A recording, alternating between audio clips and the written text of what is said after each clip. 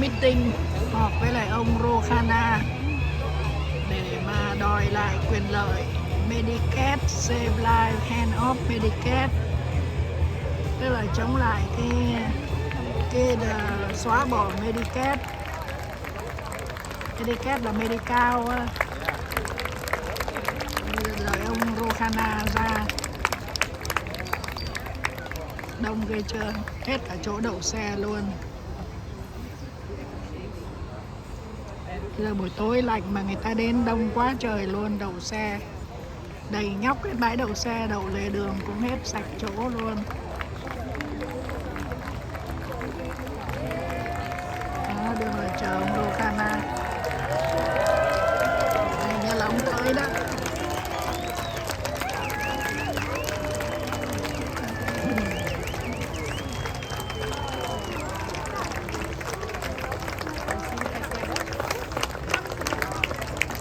Benefit billionaire, tức là chỉ có lợi cho tụi tỷ phú thôi.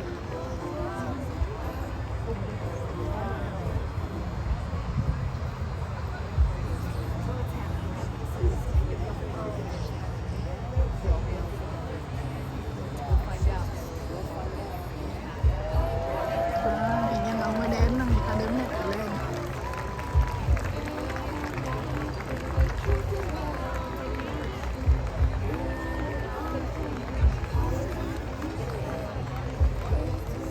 Benefits billionaire.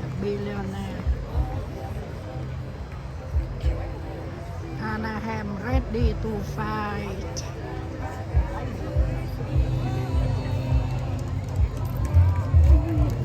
Anaheim ready to fight.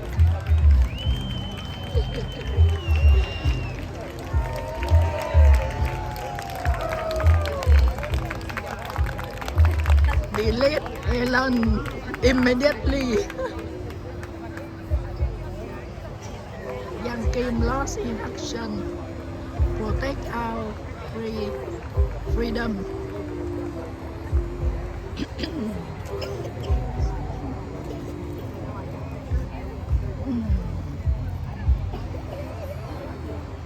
Sit down, you tell me if I should stand for you. Đông quá trời, các cụ già cũng tới. Thấy không? Toàn các cụ già tới quá trời. Tại vì đòi cắt Medicare của ta đâu có chịu.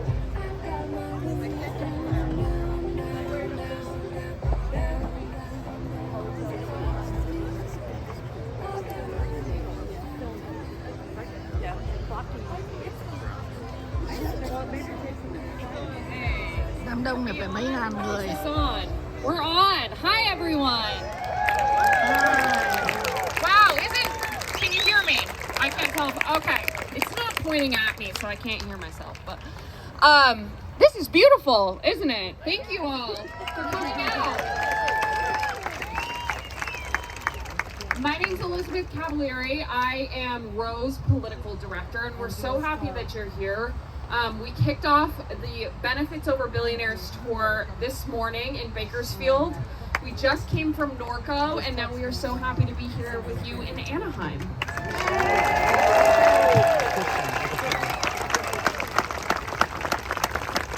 So, just off the top, I just want to say a huge thank you on behalf of myself and on behalf of Ro to our nearly 30 national and grassroots and frontline partner organizations. We truly couldn't have had the turnout here. We couldn't have had the organizing to put these events together, and we just are so grateful for all the work that you've done. So big round of applause for all our partners.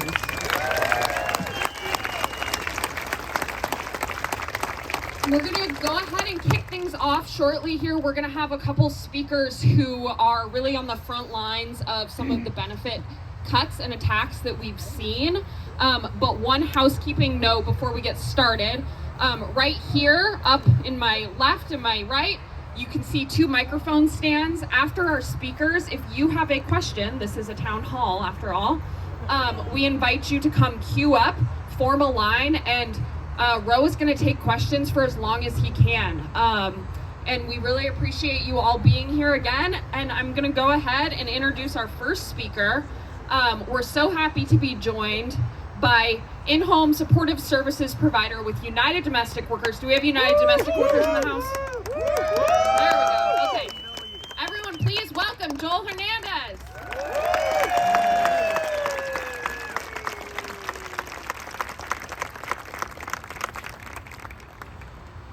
Good evening, everyone. My name is Joel Hernandez. I'm an IHSS caregiver for my mother-in-law, Emma, and I'm a proud member of my union, UDW. I live here in Young Kim's district, and I was appalled when I learned that she voted to support cuts to Medicaid. I've heard her try to defend this decision by saying that her vote only moves the ball forward on a budget as if it's some kind of a game, as if the fate of the health and well-being of our families are a ball to be moved around a field or something to be used as a political bargaining chip. This is personal.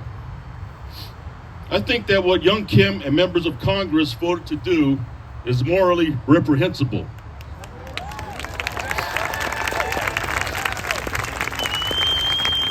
To even think about cutting health care funding for the most vulnerable people in the richest country in the world is despicable.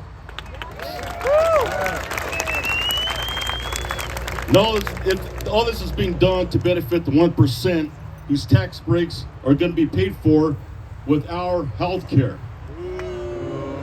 Boom.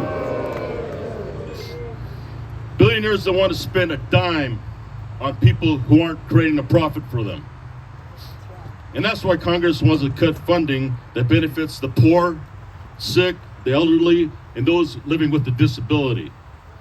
That's not where billionaires' profits come from.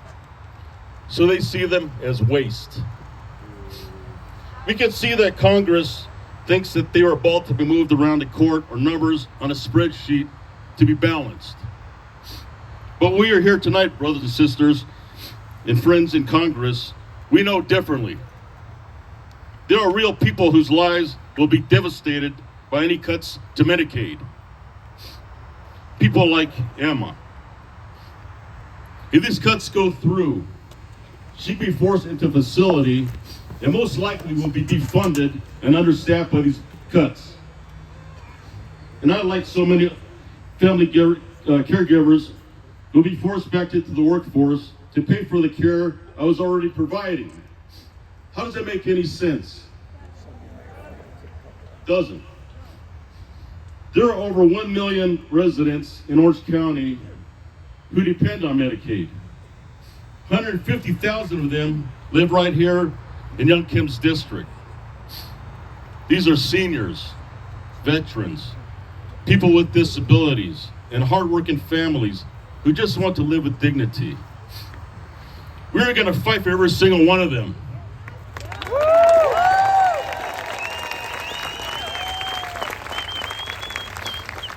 Brothers and sisters, tonight and every day, we're going to fight to protect our communities from greedy billionaires and corrupt and cowardly politicians.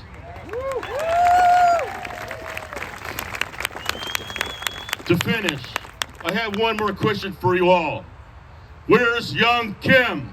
Where's Young Kim? Where's Young Kim? Where's Young Kim? Where's Young Kim? Where's Young Kim? Where's Young Kim? Where's Young Kim? Thank you very much.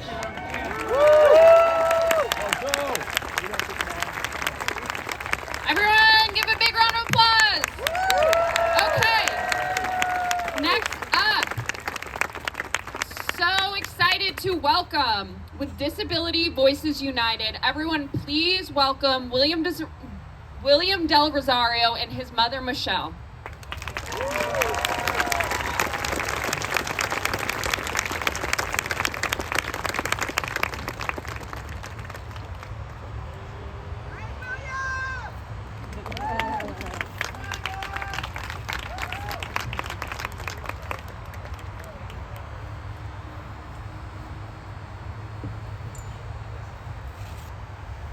Good evening.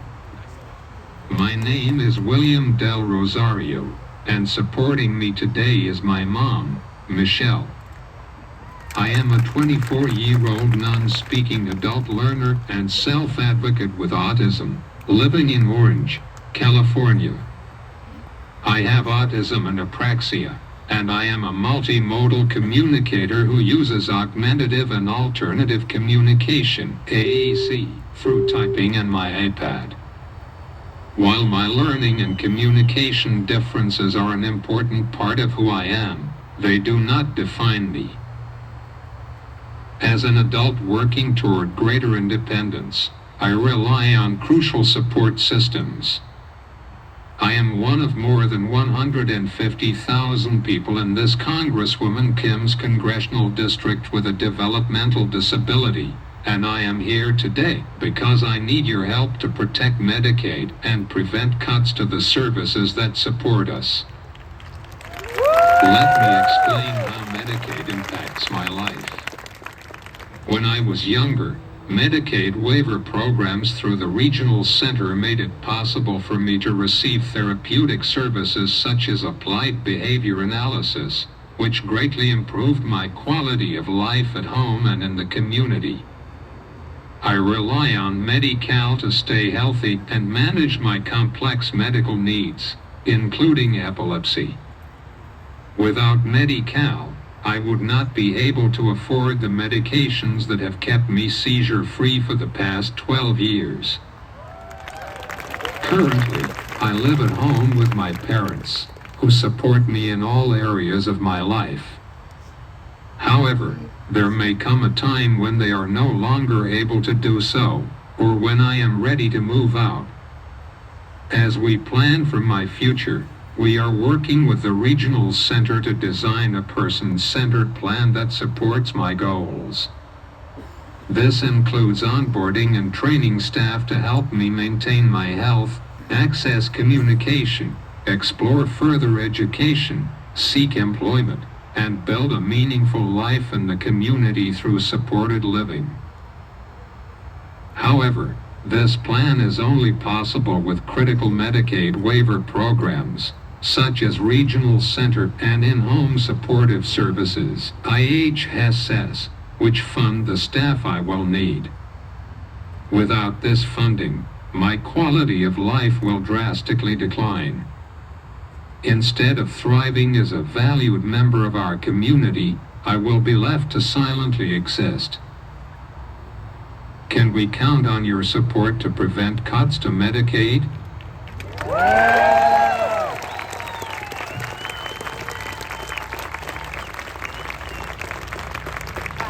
Thank you all for showing up on a Sunday evening.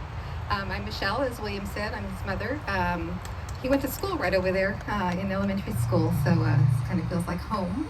And I love seeing this community who supported him then and supporting us now here. We are a family of 5 that grew up here, and I grew up in Orange County. My kids grew up here in Orange County, went to school in Orange Unified School District as well. And we are members of Young Kim's constituency. Last summer, she held a resource fair with commitments to helping veterans, the seniors, disability, and we were there representing all of those demographics. During that resource fair, she spoke, and I don't recall her saying she intended to cut Medicaid. So I'm asking for your support as voters, as citizens. I shared this at another town hall we were at. We all have a very powerful voice, and I encourage you all to use it and let your beliefs be known to those that are voting on our behalf. Thank you all.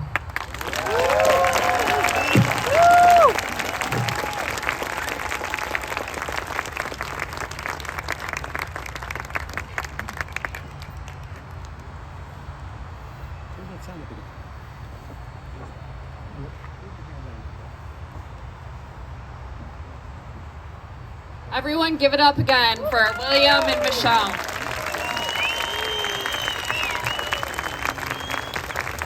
Next up, we have a woman who really doesn't need an introduction in the state of California. She's an organizer, she's the state director for Working Families Party California, and she's a dear friend to Roe and our entire team. Please welcome Jane Kim. Thank you. Good evening, Anaheim. I just want to give a big shout out to labor that is in the audience tonight. I see ASME 3299 and SEIU 2015. When organized labor wins, we win. My name is Jane Kim. I'm the California Director of Working Families Party, and we are here to recruit you to elect people-powered candidates who represent all of us and not just the billionaire corporations. And we know that resisting Trump isn't enough because the issues facing our country today are not new.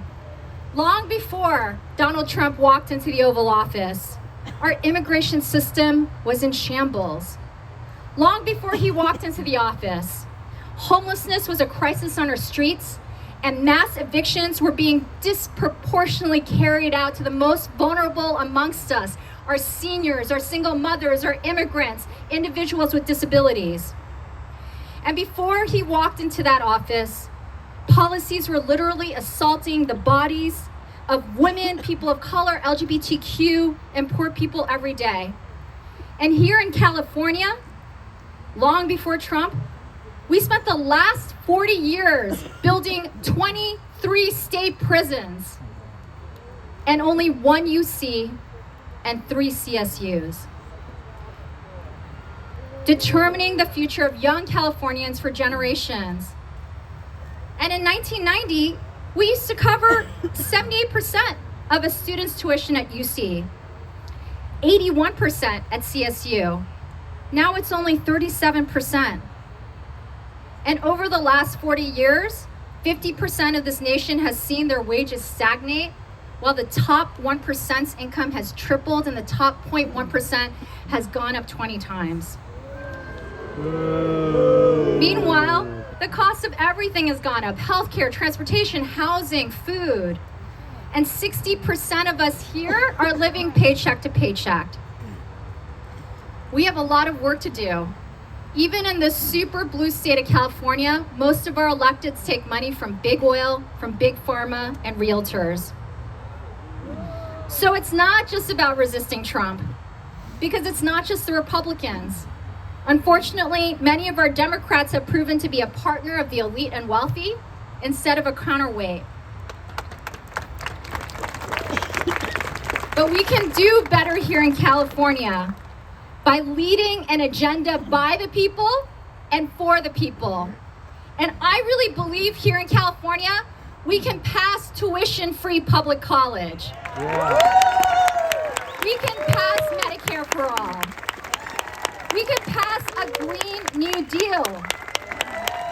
And in the richest country in the world, in the richest state, one job should be enough.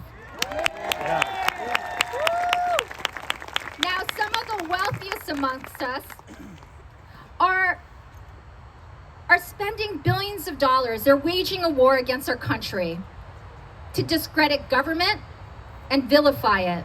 And we have to ask ourselves a question. Did the billionaires do this for the good of our country? Or do they do this to protect their bottom line? Because who benefits from a broken government? A broken government means less protection for everyday people and workers, less protections for clean air and clean water. And a broken government means lower taxes for billionaire corporations. Government may be dysfunctional, but our response should be to repair it, not discard it, not disregard it. Government is not a problem, it is a prize for all of us to win.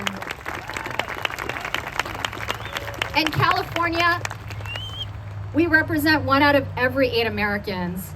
We're one of the wealthiest states, which means we have a responsibility here to pass a progressive agenda and show America what it's like to have a people-first agenda. And I know we can do it because we have a progressive electorate where in 2020, elected Bernie Sanders to be our Democratic nominee for president. I served as his political director. We came in first place in 47 out of 53 congressional districts, including the county that we are in today. So let's pass a working families agenda.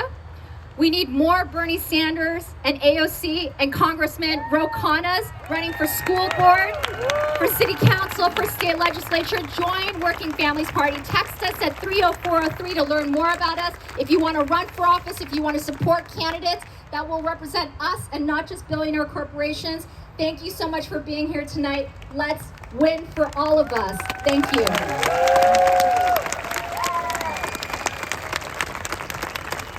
Give it up for Jane Kim. Okay, last before we welcome Ro to the stage is another person who really needs no introduction. I just want to say that it was so helpful to our campaign to have someone so notable and so wonderful come out and share his time and his advocacy with us. Joseph Gordon-Levitt is an actor, a filmmaker, and an entrepreneur known for films such as 500 Days of Summer, Inception, Looper, Snowden, and Don John. He co-founded the two-time Emmy-winning online community for creative collaboration, Hit Record, and he's just an advocate amongst advocates. So everyone, please give a warm welcome to Joseph Gordon-Levitt. Hey, everybody. Louder, come on, come on. That's what I'm here for. I'm really happy to be here in Anaheim. This is such a cool place to do this. You're in this park. This reminds me exactly of the kind of park that I grew up playing baseball in. I grew up in LA. Is this okay that I'm wearing a Dodger shirt, or is it like Angels? Okay. You never know. If you're not down with the Dodgers, I was also an Angels in the outfield, so I get some Anaheim credit for that, I hope. It's a long ass time ago. She's mad about the Dodgers shirt. Anaheim, I was just in Disneyland today. I took my family to Disneyland today, and I came here this evening, and I'm a father of 3. I have a 9-year-old, a 7-year-old, and a 2-year-old. How many parents are here? Yeah. You know that feeling when you watch your kid eat? Do you know the feeling I'm talking about? It starts when they're a baby, and you're just so tired and happy that they're eating something. But it kind of, for me, it never went away, even though my kids are older now. There's a deep down feeling of profound satisfaction and dare I say, joy when I see my kids just eat. I felt it today when we were having lunch. I feel it all the time. I don't know if you heard him. My son just called out to me, "Stop saying such weird stuff." Okay, dude, I will.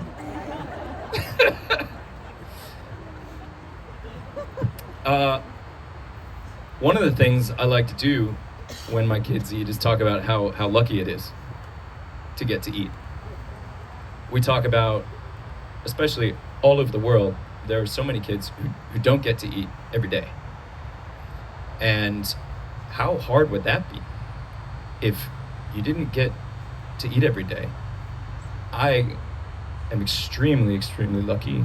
I've never had to go through that. I've never had to have one of my kids tell me they're hungry and then say, "I'm sorry, I don't have anything to give you right now." I imagine it all the time, but I've never had to go through it. 1 in 5 kids, I just read, 1 in 5 kids, not in some other part of the world, 1 in 5 kids in the United States benefits from food assistance programs from the federal government. That means that for 1 in 5 kids, there's a parent there, or a couple of them, who have to have that experience of their kid saying, "Hey, I'm hungry," and them feeling nervous, That's why they call it food insecurity, right? Feeling nervous, like, do I have food to give to my kid? I can't get my head around what's on someone's mind that sees the reality that 1 in 5 kids is benefiting from a food assistance program because they need it, and saying, we don't have the budget for that. I think it's probably better that these 1 in 5 kids can't eat. No, you know what we should spend that money on instead? We should cut taxes for the very wealthiest people in this country. That's what we should do instead. I can't get my head around that. Can you? Can you? As a parent, it makes me so mad. And I'm not even going through it. Then I hear, okay, 1 in 5 kids are benefiting from these food assistance program. 2 in 5 kids benefit from Medicaid, from the federal government helping to pay for healthcare and medicine. Have you ever taken your kid to the doctor? Have you ever been in a situation where, like, my kid is sick, my kid needs something from the doctor, oh, I can't pay for it?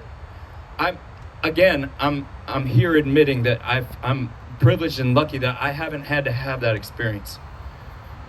But when I think of going through it, it doesn't make sense to me. And again, I can't get my head around this idea, like, oh yeah, 2 in 5 kids in the country who need help. Nah, forget about them. We shouldn't be spending money on them. We shouldn't be helping them. You know what we should do instead? Cut taxes for the richest people in the country?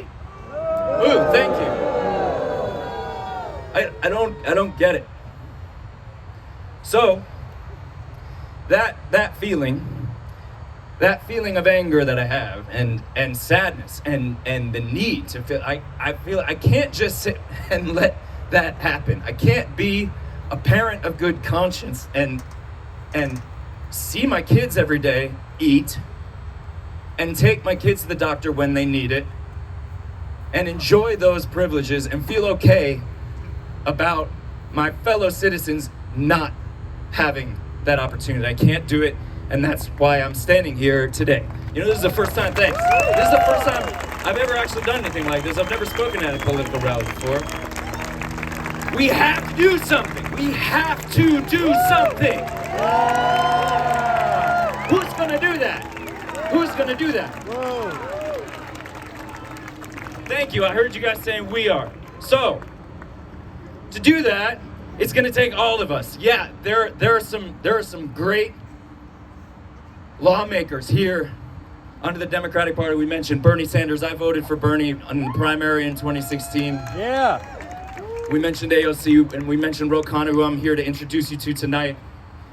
But I'm sure they'll tell you the same. It's not them that can do it alone. It's you guys here. And I think it's awesome that we're here early. We're here in the spring of 2025 to talk about winning back the House in 2026. Good. That's what it's gonna take. It's gonna take all of us here to do this. So here's my job before we bring out Ro. My job is to bring that energy that we're gonna need. We're gonna need a lot of energy. It's gonna be a lot of work. It's an uphill battle. Let's be real honest. There are, I didn't tell anyone I was gonna say this. There are parts of the Democratic Party that really just blew it really hard for us. And that's gonna make it harder for us to win back that House in 2026. But we can do it. It seems to me like we can. Yeah, yes we can. I didn't mean it that way, but yeah, yes we can. Si se puede. But if it's gonna happen, it's gonna be because crowds like this, people like this, and not just you as a crowd, but each and every one of you gets to work. Doesn't just come to this rally, but then goes home and figures out, what am I gonna do? What am I gonna do between now and 2026 when it's time to get out the vote and it's time to win back the House? What am I gonna do? All right, So, what I find when I'm trying to like find that motivation to go do hard work is I need other people. I need other people's energy to motivate me, to get me going. So, hey, look, conveniently, we're all here together. Let's motivate each other. And how are we gonna do that? We're gonna get really loud right now. All right? Come on. So here's what we're gonna do. I'm gonna take my hand. When it's down here, this is little. This is ooh. Okay? Then when I come up, oh, oh, oh, okay.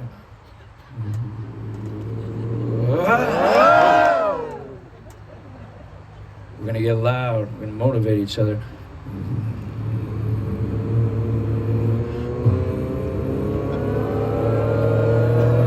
Ready? Come on. Ready? Ready? All of Anaheim's gonna hear this right now. Come on, come on! Let's hear it! Let's hear it! Ladies and gentlemen, Congressman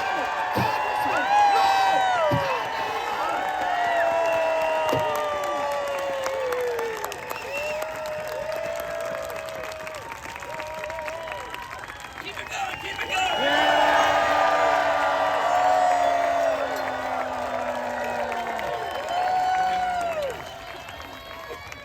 Wow. What a turnout. Give yourselves a round of applause, Anaheim.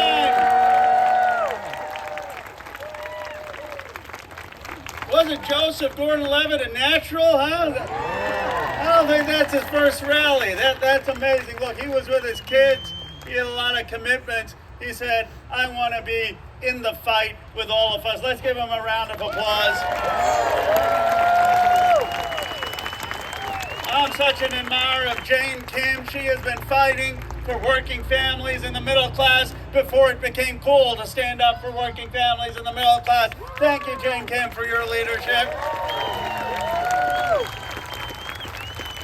And I was so impressed by William. What a courageous young man. And Michelle, his mother, thank you. Thank you. Let's give him a round of applause. That takes a lot of courage. It's not easy to speak to 1,000 people. And Joel, where did Joel go? Joel, thank you for standing up for home care workers and for what you do every day. You know, I'm so amazed you're here in the dark. But you know what they say, it's always darkest before the dawn. I got to give you the prize. I mean, I've been going all over the state. We thought we'd get 100 people, 200 people. We had 1,000 people in Bakersfield, 1,100 people in Norco, over 1,000 people in Anaheim. In the dark, at night.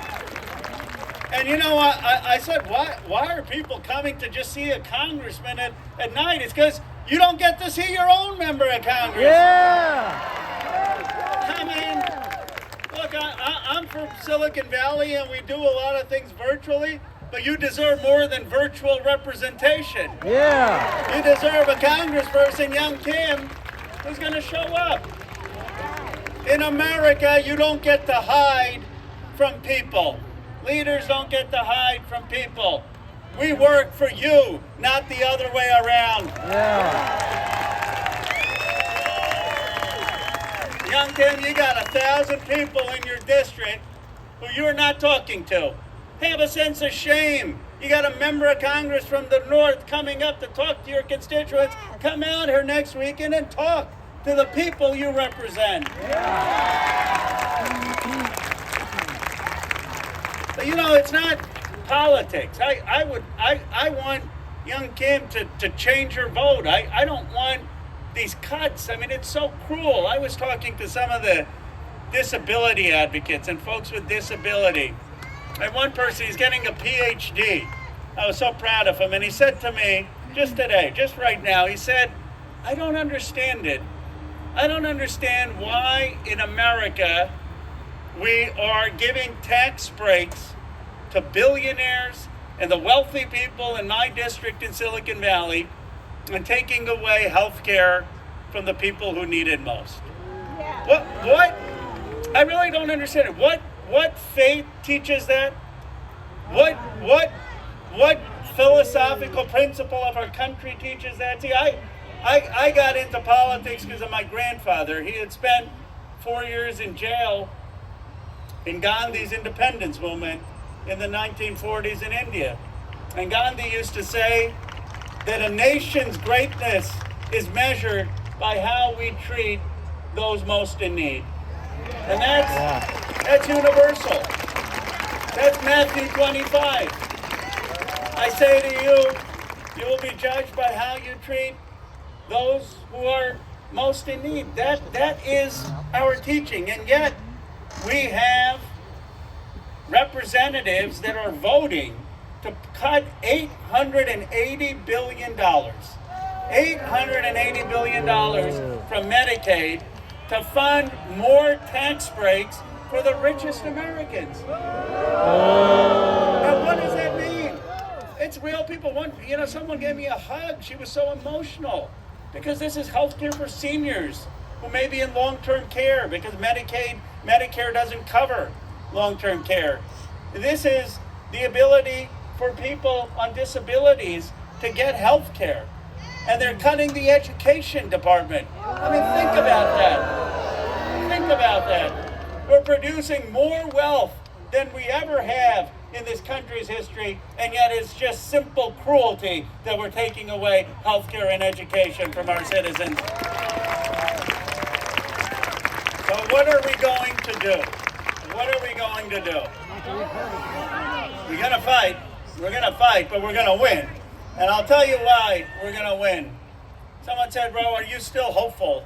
Are you still hopeful in this country? And I said, after seeing this last week and people turning out in thousands for Bernie Sanders, 34,000 in Colorado, seeing people in this state turning out in thousands, I'll tell you something, seeing the anger and the care of ordinary Americans gives me more hope than I've ever had. Elon Musk and Donald Trump have awakened a sleeping giant. American citizens now are fighting for our government.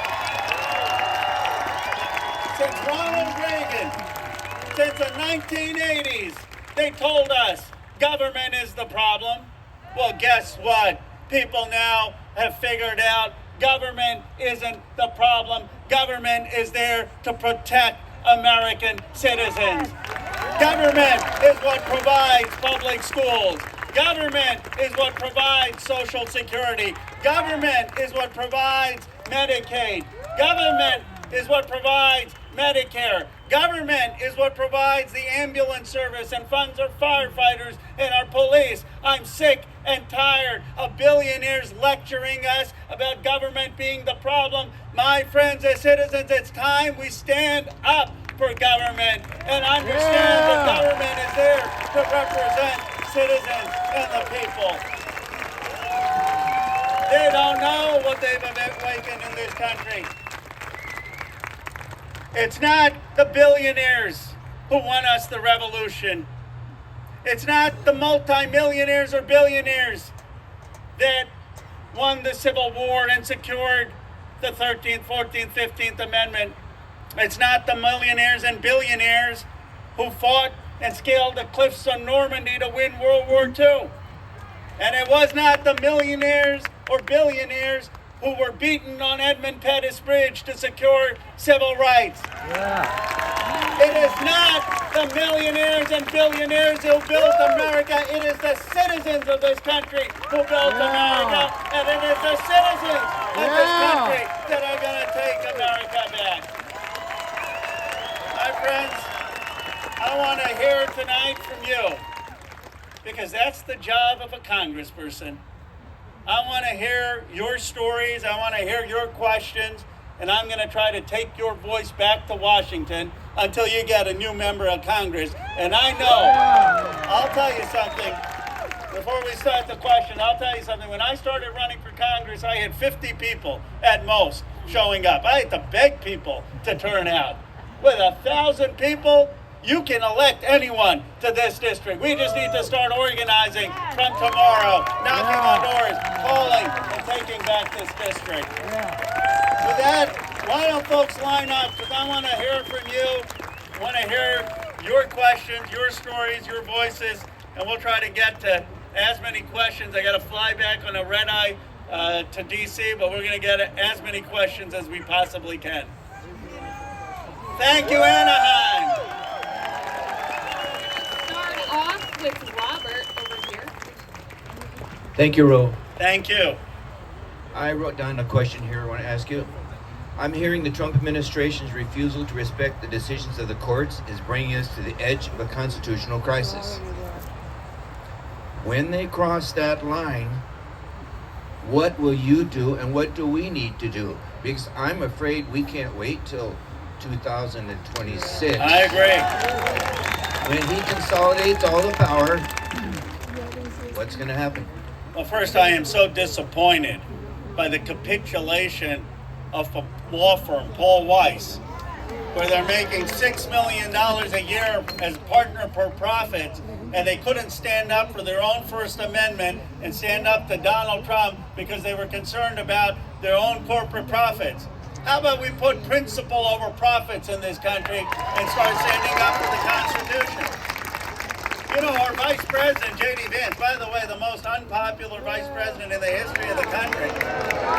That's the polling. You know what he said? He told Donald Trump, when the Supreme Court rules, I want you to tell the Supreme Court you made your ruling, now try to enforce it. No president has tried to defy the Supreme Court since Andrew Jackson. And J.D. Vance is telling Donald Trump to defy the Supreme Court. I don't care whether you're a Democrat, a libertarian, an independent, a Republican, a Green Party person, you should believe in the rule of law and respecting the Supreme Court. That is the fundamental fact of American democracy. So we need to start speaking out now, not just about the economy, not just about the price of eggs and the price of gas going up. We need to speak out when due process is violated of a Columbia student and they're going to be deported without any hearing. We need to speak out when there is an abuse and people are said that they're Venezuelan gang members. I'm for deporting people who are convicted, but not before they have due process to find out if they're actually in the gang. We need to start to speak out for due process in the law and not be so afraid of our shadows. Because I'll tell you what, as someone born in Philadelphia in 1976 in our bicentenary, the love of the Constitution is in America's DNA. We will not lose. We will be strong if we speak out for that. And we need to be very clear. If they defy the Supreme Court, we will move instantaneously to impeachment and to march on the streets of Washington.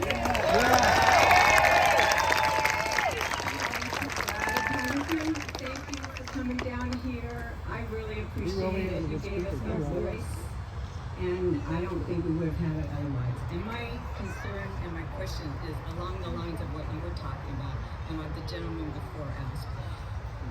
What is the line when the Democrats can jump up and say, no, stop it now, because Musk almost got plans for a war to China. I mean, I'm scared, and everyone I know is scared, and I've been stressed out for 10 years. And so I just imagine we are the party of law and rules, but how long are you going to follow protocol before? I just envision us saying, and we're following protocol, and then we lose all our freedom, and then someone throws their hands up and go, well, you know, we were in the minority, there was nothing we could do about it. I hear you. I agree. I'm basically you're being very polite, but you're saying we need all of you in Washington to fight harder and fight more. I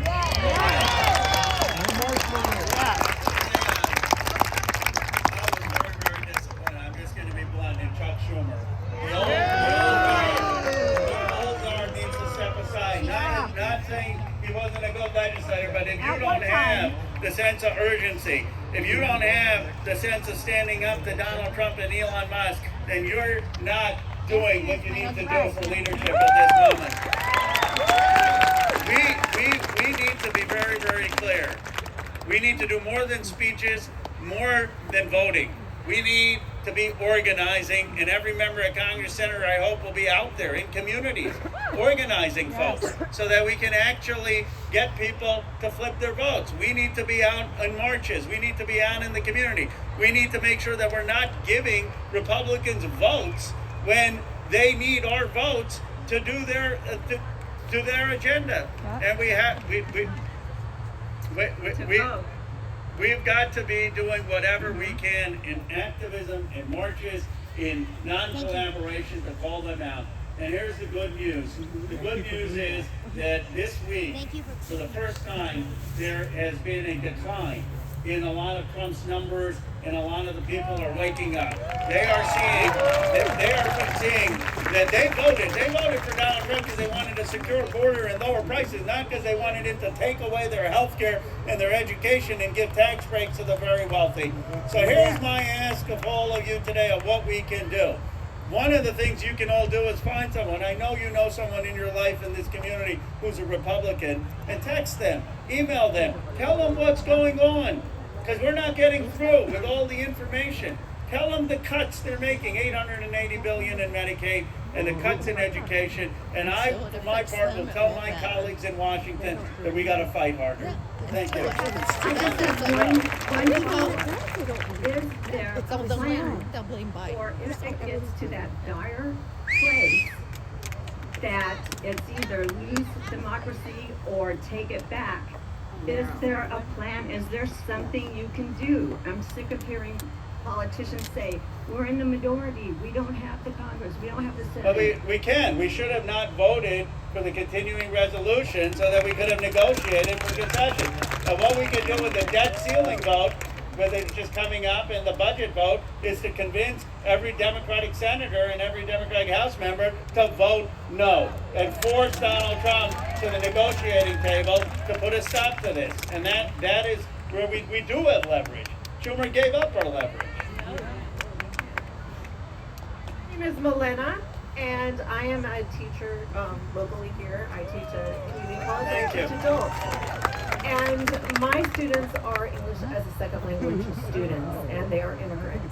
And I'm from a family of immigrants where my grandfather was jailed, much like your father, for, being political. Yeah. And I have students, I have neighbors that are afraid to leave their homes. We have people being swept up off the streets, taken to prisons in Central America that are torture mills, and I feel like nobody is doing anything. We've got 40% Latinos here in California, and that's just the Latino immigrants. And there are people being swept up off of our streets. A Colombian couple from Laguna Beach was deported to Colombia, and I want to know, where are the Democrats fighting for us? Where are the Democrats saying, let's march about this? We can't just let people get taken up off the streets because it might be an immigrant today. We have tourists that are being harassed, and it could be citizens tomorrow. I'm a social media activist, and I'm worried about my future. Am I going to be swept up off of the streets, and who is going to stand up for me? I totally agree with you. Thank you for speaking up. And maybe because I'm a son of immigrants, I felt so passionately that the Democrats should not have given votes for that awful Laken-Riley Act that basically allows for deportation without due process. I mean, that is what that Laken-Riley Act was all about. And we need to have the courage in this country to speak up for the Constitution, to speak up for saying you can't just take someone in America who's living here and suppress their speech or kick them out without giving them a hearing, without having them go through a process. That's what's going on. But there are too many Democrats afraid to speak about it because they're afraid to speak up for immigration. Let me tell you what's going to cost the Democratic Party elections is that we don't have the courage to stand up for our convictions. We need to start standing up and speaking for our convictions. Yes. Can I just say one last thing? Yeah. There is an election not this Tuesday, but the following Tuesday, and we need volunteers to call for the 2 Democrats that are running for the House in Florida and for Yes. the Wisconsin State Supreme Court. And I hope that you guys will look that up and volunteer at joshwheel.us and gayforcongress.com. Yeah. Thank you. Two Thank people you. running in Florida for Congress and the Wisconsin Supreme Court. We absolutely need that. Thank you. Hi, thanks for coming. My name is Fred, and the question for you is, what is it going to take to stop the division between the entire country as it is, and in particular in Congress between the Democrats and Republicans? They stand as one unit, one entity, elected by the people of this country. Why can't each individual, every one of you, stand up and convince your colleagues in terms of voting correctly for the people, for what they stand and why they are there as representatives of the population? I love your sentiment, sir, to bring this country together, to figure out how, regardless of party, we can put the nation first and heal some of the wounds and divisions. And I don't want to be partisan about it, sir, but we need, as a baseline, people to stand up for the Constitution Yes. before we're going to have an ability to talk to people and work together. That's Yes. the point again, between the elected officials. You stand for the Constitution. You're there as a prerogative and as an important factor of what you're doing, duty to the Constitution, duty to the people who elected you.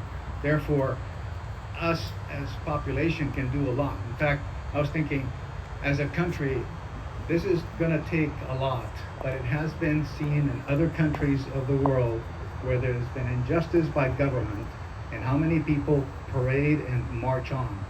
It would be very interesting to see this country, entire population, march on Washington Yes. on a dedicated I love that.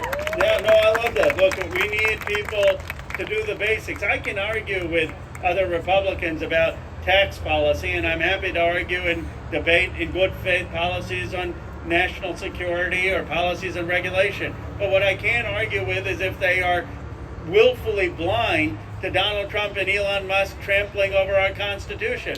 What I can argue with is if they're not showing up to doing town halls and meeting citizens. These are the basics. These are the basics that we need. And once we have that, I do believe that there's been a large part of this country that has had economic stagnation. We've seen manufacturing jobs leave, the offshoring of industry. We've seen wages stagnate. People have too much cost for healthcare, for childcare, for education. Wealth has piled up in districts like mine in Silicon Valley. We need a new economic patriotism agenda that builds new industry, builds new jobs in communities across America, that provides healthcare as a guarantee for every American with Medicare for all, that provides childcare for every American, provides housing, and I think that can bring this country together. But we've got to first stop. Before we can have an agenda that brings us together, we've got to stop people who are trampling and dishonoring the Constitution that so many people have given their lives for. Hello, my name is Laura. I have a couple of more questions. First of all, I want to remind people, the people of Anaheim, the average salary in Anaheim for a family worker is less than $40,000 a year. The biggest employers are United Healthcare, Kaiser Permanente, Disneyland. God forbid they get hit with DEI over there, but hey, my question to you is, Elon Musk, we all know, got subsidies. Does he currently get subsidies? How do we stop him from getting subsidies? Because you all should look at your pensions. Your union should be looking at your pensions. You should be looking at how your city of Santa Clara invests. Can you divest from the Tesla organization? Can you take it to their pocketbooks? And you should all be aware, it's very difficult to know if you're investing if you're in a 401k, but you have a city of, Intel's a huge employer there. They got money from the CHIPS Act. Is the CHIPS Act protected? Is Trump going to try to destroy some of the CHIPS Act like he has verbally threatened? So talk about money. Is Intel worried that they're going to take money away. They're building, plants in Arizona and plants in Ohio. Have they spoken to you about that? Would they have layoffs there in your county? Can you check to see if Elon Musk can stop with, because basically, if you guys don't know, Tesla has the self-driving software. That same software is being used in the robots Optimus, and basically people are funding their own obsolescence. You need to figure that out. Well, I think that what we need, I appreciate very much the question. First of all, we need to understand that President Obama provided the funding for Tesla to get off the ground. And President Obama provided the contracts at SpaceX for SpaceX to get off the ground. So it's all of us, the taxpayers, that have supported these companies. And what we need to recognize in the CHIPS Act, that I helped co-author and President Biden signed it, and now Donald Trump, so much for bringing manufacturing back, he's talking about gutting all of it. And the reality is that his vision is, let's have a few billionaires cut deals to bring back investment into America. And that's going to be fine for the billionaires and the wealthy. But what it's not going to do is create jobs in places like Anaheim for high-paying jobs in manufacturing and in industry. What we need to do is make sure that there are no conflicts of interest in Doge. We need to make sure that we are speaking out so that people aren't making decisions in Doge about contracts that are impacting their companies, and there needs to be financial disclosure. But finally, people are standing up, and we are voting and calling for Elon Musk to come to Congress and explain what he's doing and holding him accountable. Are you going to be able to do that? We're working hard to do it, and with these kind of turnouts, it's going to put pressure on Republicans to be able to do it. Hi, my name's Amanda, and my question, well, in essence, is are you guys talking to the representatives on the other side of the aisle? Because we have the people, we have the numbers, but they have the legislative majorities, and the legislature, like it or not, has the simplest mechanisms to provide checks and stop laws. We need a revolution, but I don't know about you. I don't want a war, and we can't wait for 2026 because we do not know that we can count on free and fair elections by that time if something isn't done now. So the legislative branch needs to do its job. It has to reach national level. Democrats cannot do that without Republican help. So how are you pursuing Republican help? I'm guessing that you and Young Kim probably have in common that we don't want to be disappearing people off the streets. So, but I think there are a lot of Republicans. I think there are a lot of Republicans who, in private, will say that they don't want disappearances off the street, but they're not willing to defy Donald Trump publicly. That's been the problem. It is there. It is how are you all talking now. There's finally one Republican in Utah who said, I think that there's been some slide into authoritarianism. I said, well, there's progress. We've got one. We need three. One of the ways we're doing it is coming into their districts and talking with their constituents so that they know that people are paying attention. But look, I'm not here to try to defeat Young Kim in 2026. I'm here to awaken Young Kim's conscience so she stops voting for the Medicaid cuts and so she starts speaking up for constitutional democracy.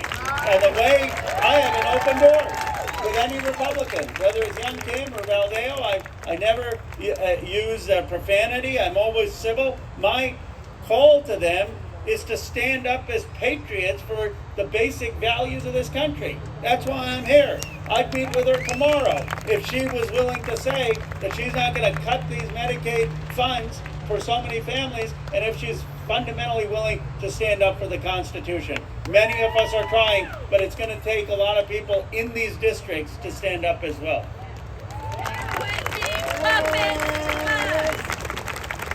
Hi, my name's Ken. I'm glad you showed up. I want to kind of be like the lady right over there. She wanted to kind of get to the bottom line.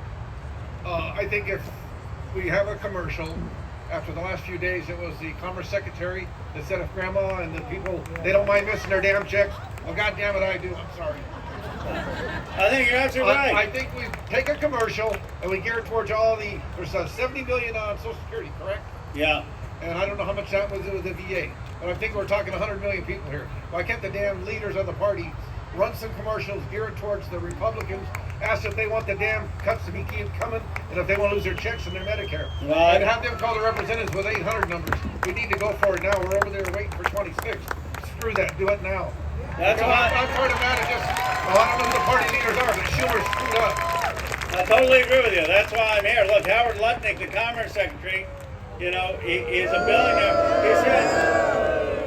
He said with a straight face, he said, if my mother-in-law, who's 94, doesn't get a Social Security check for a month, she's not going to create a big fuss about it. She'll know it's going to come. You know, maybe Howard Lutnick's mother-in-law doesn't need it, but most seniors need those checks to be able to pay their rent and to afford their mortgage and to afford their daily expenses.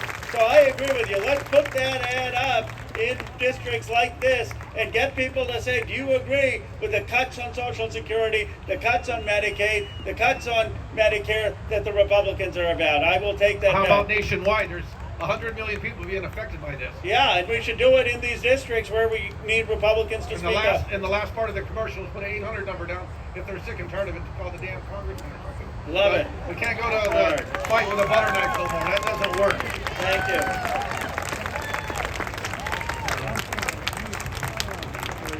Hi, Congressman. Thank you so much.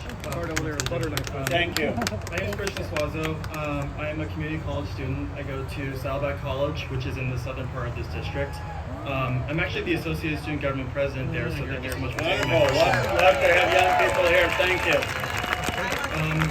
As you and everyone here may know that the New York Times reported that the Department of Education fired 1,300 workers, which it puts in jeopardy federal student aid.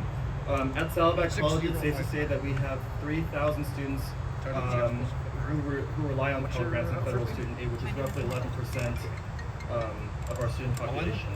How do we safeguard federal student aid and Pell Grants in the age of Doge, and how do we make college more affordable for students who want to transfer to a four-year university? Thank you for speaking out. We need young people like you. I took out so many loans to go to college. I have a simple view. We should have free public college in America. We can afford it. But right now, in the more immediate, we need to prevent the cuts. I was on CNN this morning. The Secretary of Education was saying, oh, we're not cutting any of the funding. We're just reallocating it, and it's going to go out from the SBA and Treasury. I said on CNN, there are 92 teachers in my district who have pink slips at Head Start. They are cutting the funding. That is, they're just lying about that. So what we need to do is to speak out about these cuts and take them to court on the unconstitutionality of it. This is why we should not have passed that budget for the funding, because we should have demanded no cuts as a condition to passing the budget. Now we need to demand it when we have the debt ceiling to make sure that we're protecting the students and these programs from these cuts. And we need to put pressure on people like Young Kim. Look, there are people like Young Kim who quote unquote said that they were moderates, who said that they were not going to go along with Medicaid cuts and education cuts. We need to put them on notice. Why are you not raising your voice while Donald Trump guts Medicaid, while you vote to cut Medicaid, and while he guts and destroys the Department of Education? Thank you so much for coming. My name is Liz. I'm 83 years old. Wow, thank you. I vote in every election. I love it. I demonstrate You got Bernie's energy, both of you. I demonstrate every week. I write letters. I write postcards. I, do emails. And Thank you know you. what? It doesn't do a damn bit of good. So anyhow, I am here with my friends. We all feel the same way. And what we want to say is, Yes. we're doing our part. We really are. We want the Democrats to do their part. And you've heard it not just from me, you're hearing it from all of them. We want something united. We want some action. We will support you, but by God, give us something to support. Thank you. Well, thank you, Liz. You're speaking out. speaking out is making a difference. One of the things I've heard from Bakersfield to Norco to today in Anaheim is people want marching orders. They want a plan. They want to know what can they do.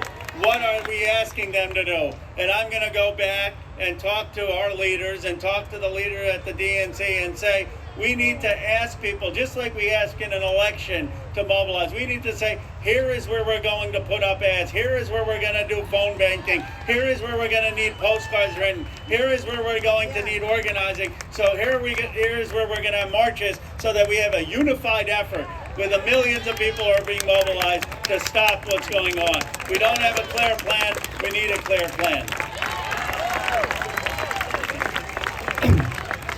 My name is Dilip. I'm from India. Wonderful. Okay. So, what that lady was saying, that we are doing our part, as you said, we are doing everything. We have energy, but people are asking what you guys are going to do. And my answer is that you have very limited options in Congress. You cannot do much because you are in minority. But so what? I'm not asking you a question. I am giving you an advice. So my parents. So at least, yeah, I know you are fighting. You are doing your best, but also don't call Donald Trump Mr. President. Call him enemy of the people, enemy of America. And don't try to go high, but we are not saying that we should go low, but at least we should call him out and name call